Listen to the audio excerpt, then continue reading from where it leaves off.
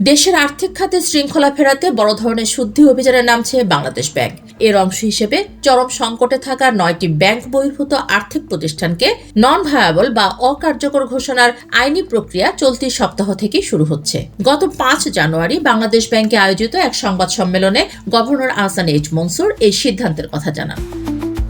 Governor জানান, আর্থিক প্রতিষ্ঠান খাতে শৃঙ্খলা ফেরাতে কঠোর পদক্ষেপ নেওয়া হচ্ছে।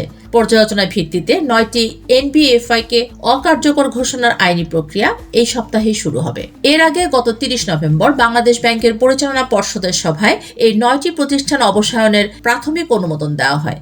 তালিকায় থাকা প্রতিষ্ঠানগুলো হলো Peoples Leasing and Financial Services, International Leasing and Financial Services, Aviva Finance, FAS Finance and Investment, Far East Finance and Investment, Bangladesh Industrial Finance Company, Premier Leasing and Finance, GSP Finance Company, Prime Finance and Investment Limited. Bangladesh ব্যাংকের তথ্য মতে এই প্রতিষ্ঠানগুলোর ঋণের সিংহভাগই এখন খেলাপি। কোনো কোনো প্রতিষ্ঠানের খেলাপি ঋণের হার 70% থেকে শুরু করে সর্বোচ্চ 99% পর্যন্ত পৌঁছেছে, যা প্রতিষ্ঠানগুলোকে সামগ্রিকভাবে অকার্যকর করে তুলেছে।